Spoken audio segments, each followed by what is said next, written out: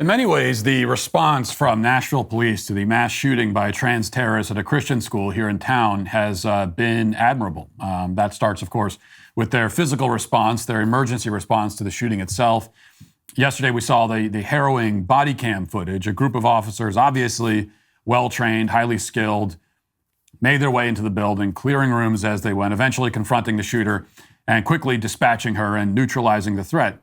Now, we greatly overuse the term hero these days, just like we overuse so many other terms, effectively rendering the labels meaningless. And that's a shame because it's a term that would actually apply in this case to those cops. They are, in every sense, heroes.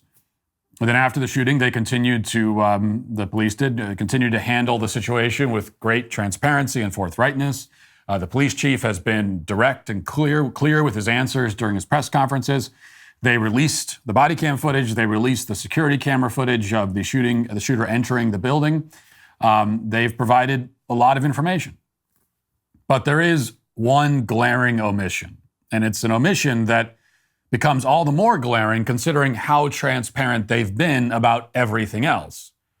The trans shooter wrote a detailed manifesto, and we know about that because the cops told us, apparently explaining what she was going to do, what her plans were, and why she was doing it. They have not allowed us to see the manifesto. A couple of days later, we still have not seen the manifesto. And according to reports yesterday, we may never see it. This is from the Daily Caller, quote, Nashville police will not be releasing the manifesto of the deceased Covenant School shooting suspect, a police spokesperson told the Daily Caller News Foundation on Tuesday. Nashville Metro Police Department announced that they had found writings from 28-year-old transgender suspect Audrey Hale's home on Monday that indicated a calculated and planned attack, according to an NMPD press release. The police spokesperson told the DCNF Tuesday that the department had no intentions of releasing the documents to the public anytime soon, citing the ongoing investigation into Hale. Quote, no, we will not be releasing the manifesto during an open investigation, the spokesperson said. The police spokesperson did not say for certain whether or not the manifesto would be released in the future after the investigation was closed, and restated that due to the ongoing nature of the situation, there was no intention by law enforcement to release the documents. Well, this is just completely unacceptable and also incoherent. They're investigating a crime committed by a dead assailant. And the person is thankfully dead. There's no conceivable reason, at least not any valid conceivable reason, why that investigation would be impeded by allowing the public to see these documents. Okay, and if I can't even imagine what it would be, but if there are a couple of things in there that for some reason it would, if that was published, it would impede the investigation, then you could talk about redacting certain elements of it. Now, even redacting the documents can be highly problematic. But my point is that they're saying we can't see any of it. We can't see even a single line of it. And that doesn't make any sense. We have a right to know why this happened. Now, the why seems rather obvious, but we should also see it laid out in writing if it was, and apparently it was. And we have a right to know what or who the other targets were supposed to be. We can either, just like with anything else, we can either be left to speculate in the dark, or we can be given the full truth.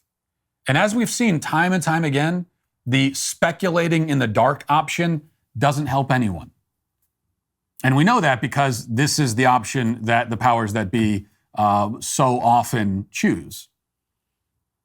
Now, when I say it doesn't help anyone, maybe I shouldn't say that because what I mean is that it doesn't help the public. It doesn't serve the best interests of the community. It's not good for society when vital truths are withheld from us, leaving us to speculate and assume and come up with theories.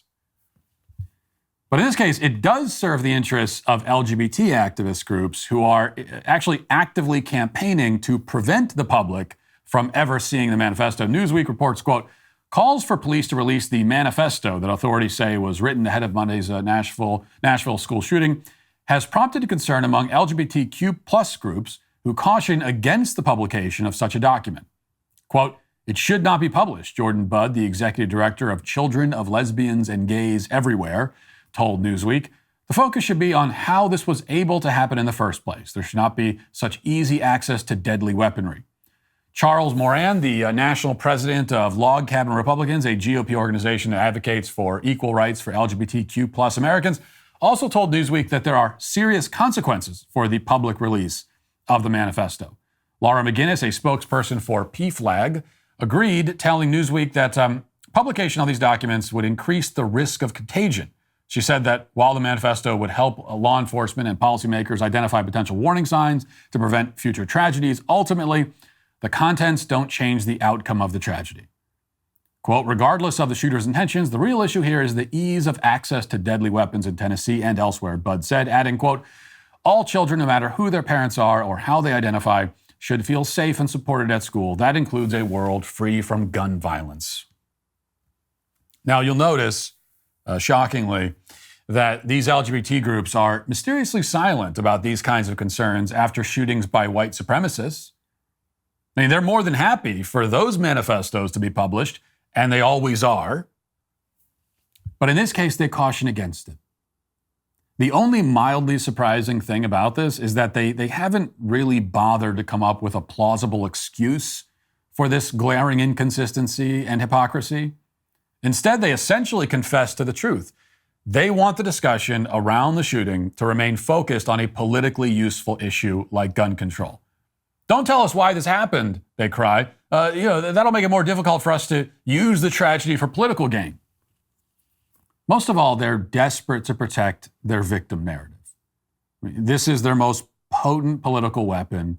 And more than that, it is the foundation of their entire ideology. They must protect at all costs the hallucinatory notion that LGBT people, and in particular trans people, are oppressed and marginalized, and they're the ones being targeted, not the other way around. A manifesto full of anti-Christian ramblings from a trans terrorist psychopath would be a powerful counterexample to this idea. So powerful that they can't allow it to see the light of day. Of course, even without the manifesto, we still have the simple and terrible fact that a trans mass killer slaughtered children at a Christian school. That's all we need to know, or all we should need to know. Yet the left, helped along by the lack of transparency around the manifesto, is still clinging to its preferred victim narrative.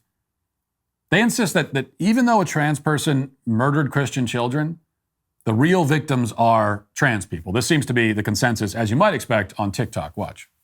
So about the tragic school shooting that happened today at a private Christian school in Tennessee, the shooter was born a biological female, and they went by he, him on their LinkedIn. So they're painting the narrative that, they're trying to blame transgender people, the whole thing. But every other school shooting that's happened in the last, decade have been white men, and many of them identify as Christians. So let's not go there. But I do want to say that expect more of this kind of chaos and destruction when you bring fascism into this country. The more you don't love people, the more you shame people, the more you treat people like they're untouchable in society, what do you expect people to do? Of course, the shadow inside of them is going to be so angry and retaliate in revenge. That's what happens when you decide to try to control people through legislation. You try to harm people through legislation. It's like the world needs a lot more love, not more hate. No, first of all of the school shooters for the last decade have not been white men. And as for your question, what do we expect people to do? What do we expect? What do we expect a trans person to do if she's upset about not being affirmed or whatever? What do we expect? Well, we expect her to not murder children. Let's start there. That is a basic standard of behavior that we hold everyone to. It's not even the bare minimum. I mean, that is a bar so low that it's still sitting on the ground. We expect her to refrain from killing 9-year-olds. We expect, a lot more from people, actually. But yes, we do expect to begin with that they act like human beings and not murderous demons. But this has been the prevailing message on the left. Yesterday, we talked about a group of trans activists called the Trans Resistance Network, who published a statement claiming that the shooter was a victim of her own shooting. They lamented that, quote, life for transgender people is very difficult and made more difficult in the preceding months by a virtual avalanche of anti-trans legislation. And they reasoned that she felt that she had to commit the shooting in order to, quote, be seen. Now, according to these people also, the shooter's problems are compounded by the fact that she's being posthumously misgendered, along with perhaps the greater problem that she's burning in hell. But along with that, she's being misgendered. Here's TikTok again. Aiden Hale, that's the name of the Nashville shooter. This video is about to be very uncomfortable for a lot of us. It's very uncomfortable for me to talk about, but we need to talk about it. Aiden did a very horrendous thing. Period, point blank. We need pew-pew reform in our country. But the way that the media and the police are misgendering and dead naming Aiden is quite concerning. It's also concerning that I had to go to the Telegraph from UK to actually get Aiden's chosen name. It's upsetting that constantly it is she, her pronouns. That is incredibly frustrating because even though they did this horrible thing does not mean that we get to do those things. That's a boundary, and we can hold people accountable without being transphobic, even for some of the most horrendous things. So while you're watching this, also watch for transphobia because that's very clearly coming out. You know, just to be clear, her dead name is Audrey because she's dead. Thank God. So really, they're both her dead names, I guess. Yeah, she says that even though the shooter murdered children, that doesn't mean that we get to use grammatically correct pronouns in reference to her. Well, actually, it does. In fact, we get to use grammatically correct pronouns about people even if they don't commit mass shootings. The mass shooting gives us permission to say lots of other things about her, that she was a monstrous, bloodthirsty, murdering, worthless piece of garbage, for example. But as for the pronouns, we get to do that regardless. Actually, listen to this. Check this out. This is going to shock you. We get to say whatever we want to or about her or you or anyone else. That's what we get to do. What you don't get to do is control our words or our minds. I can say whatever I want about anyone, and I will. And I can say whatever I want about any trans person, and I will. They do not get to dictate anything to me. That's what they don't get to do. I talk about them according to how I see them and what I think about them, and according to what is actually true. I don't talk about them according to how they see themselves. I am using the filter of my own mind and of reality. I am not using the filter of their minds. That's the way that this works. But the shooter herself isn't the only trans victim here, according to the left. There have been many headlines like this from ABC, quote, anti-transgender sentiment follows Nashville shooting. Conservative political figures focused on the shooter's reported trans identity. And then this from NBC, fear pervades Tennessee's trans community amid focus on Nashville shooter's gender identity. And here's a bit from that NBC article. It says, within 10 minutes of police saying that the suspect was transgender, the hashtag trans terrorism trended on Twitter. Around the same time, Republican lawmakers, including Senator J.D. Vance and conservative firebrand Representative Marjorie Taylor Greene, insinuated in social media posts that the shooter's gender identity played a role in the shooting. Well, no, that wasn't well, they may have insinuated, but actually it began with the police chief who strongly suggested that. Anyway, it says, and by Tuesday morning, the cover of the Rupert Murdoch-owned New York Post read, quote, transgender killer targets Christian school. Well, yeah, because that's what happened. Oh, so apparently what we're learning here is the New York Post had a headline that's just accurate. I mean, that's exactly what happened. Quote, we're terrified for the LGBTQ community here. Kim Spoon, a trans activist based in Knoxville, Tennessee, said, more blood's going to be shed, and it's not going to be shed in a school.